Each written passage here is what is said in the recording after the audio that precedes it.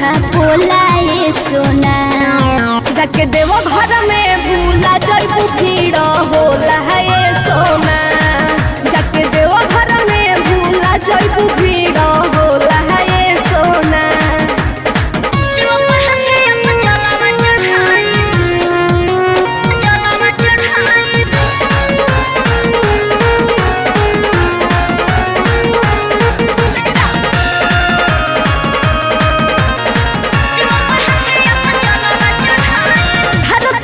जाके गबही शिवाला में काहे परत बाडू केहू के कहाला में।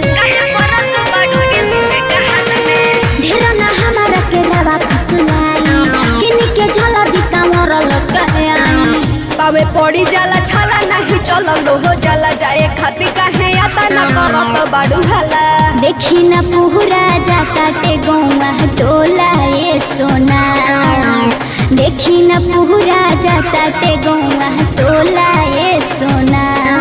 जाके देव घर में भूला जइबू भीड़ होला है ये सोना।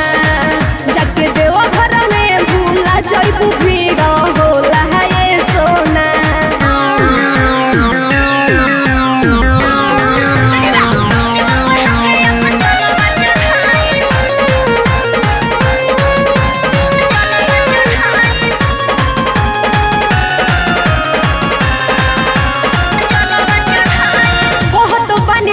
करत डर हो देवघर के बाटे धनी लंबा सफर हो।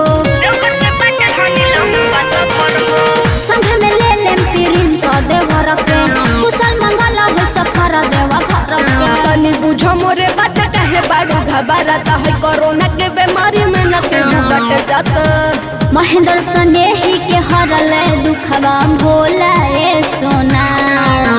महेंद्र स्नेही के हरल दुखवा भोला ये सोना। जाके देव घर में भूला जइबू